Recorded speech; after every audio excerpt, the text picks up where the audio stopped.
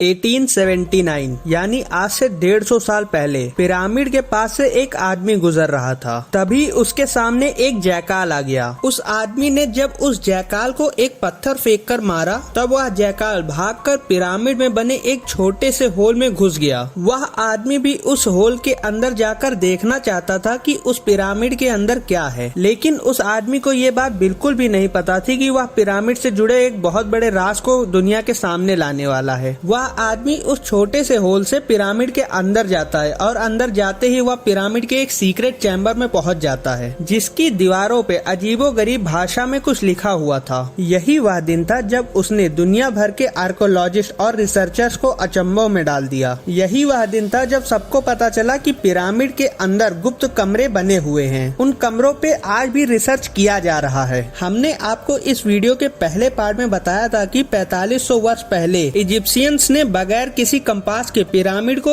एक ही साइज का बनाया, बिना लेवलर के जमीन को एक लेवल किया, बिना किसी मॉडर्न टूल के 50 टन वजनी पत्थरों को चौकोर काटा और उनको बिना किसी क्रेन के पिरामिड पे ऊपर रखते हुए पिरामिड को इतना ऊपर तक बनाया। सीक्रेट कमरे के बारे में जानने के बाद रिसर्चर्स भी परेशान थे कि इस चैम्बर में एक पीस ग्रेनाइट से बने ताबूत को इस छोटे से छेद से अंदर कैसे लाया गया होगा, और वह कौन सा 4500 साल पुराना राज था जो रोबोटिक कैमरा द्वारा पिरामिड में छेद करने पर दुनिया के सामने आने वाला था। The great pyramid of Giza, जो बाकी पिरामिड की अपेक्षा सबसे बड़े पिरामिड में से एक है, उसके अंदर अभी तक 2 सीक्रेट कमरों का पता लगाया गया है। एक को किंग चैम्बर और दूसरे को क्वीन चैम्बर का नाम दिया गया है। रिसर्चर्स की टीम जब पहली बार किंग चैम्बर के अंदर गई तो उनको 4500 साल पुराना ग्रेनाइट से बना ताबूत मिला, जो कि अंदर से खोखला था। पिरामिड के अंदर ताबूत मिलना कोई आश्चर्य की बात नहीं है। आश्चर्य की बात यह थी कि पिरामिड के अंदर आने के लिए वही छोटी सी सुराख थी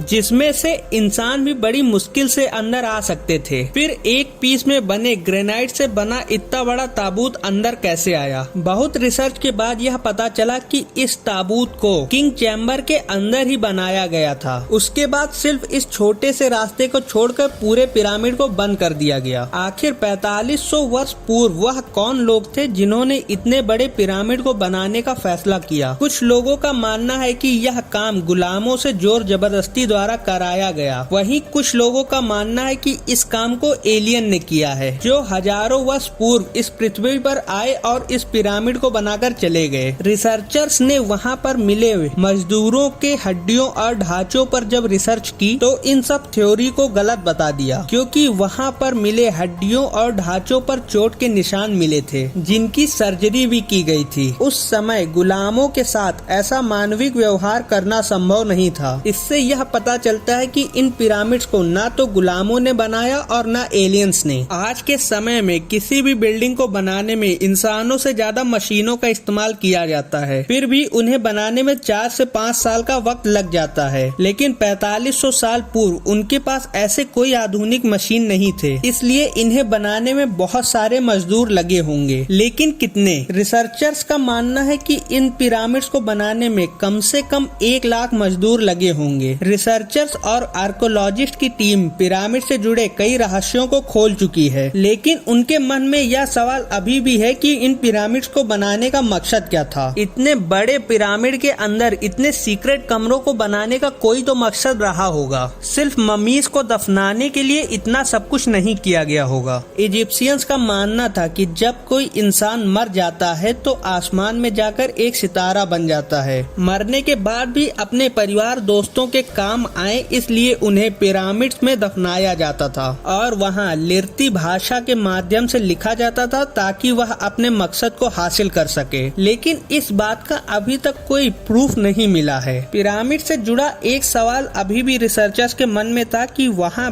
बने तीनों पिरामिड एक सीधी रेखा में न होकर अलग अलग बने थे। जब उन लोगों ने 1-1 इंच नापकर इतने बड़े पिरामिड को बनाया तो उन्होंने तीनों पिरामिड को एक सीधी रेखा में क्यों नहीं बनाया? क्या ये बस एक इत्तेफाक था? इस बात का पता रॉबर्ट पाउल नाम के एक रिसर्चर ने लगाया। उनका मानना था कि यह कोई इत्तेफाक नहीं है, बल्कि इन पिरामिड्स को बहुत सोच समझकर इस तरह बनाया गया था, क्योंकि इजिप्शियंस तारों को बहुत मानते थे, इसलिए ओरियंस बेल्ट नाम के तीनों तारों के आधार पर इन्हें बनाया गया था। यदि इन तारों को ध्यान से देखा जाए तो 2 तारे चमकदार हैं, जबकि तीसरा तारा डिम है और बाकी 2 तारों से अलग भी है। यही तरीका इन पिरामिड्स को बनाने में भी इस्तेमाल किया गया है। 1980 में इन पिरामिड्स पे एक खास तरह की खोज की गई, जिससे पता चला कि गीजा के पिरामिड में किंग और क्वीन चैम्बर के सिवा उसके ऊपर की तरफ एक और चैम्बर है। शायद यही वह गुप्त चैम्बर है जिसके अंदर अभी भी कई राज दफन हैं। वहां तक पहुंचने के लिए 5 साल लगाकर एक रोबोटिक कैमरा बनवाया गया, जिसको 1993 में इस छोटी सुरंग में भेजा गया।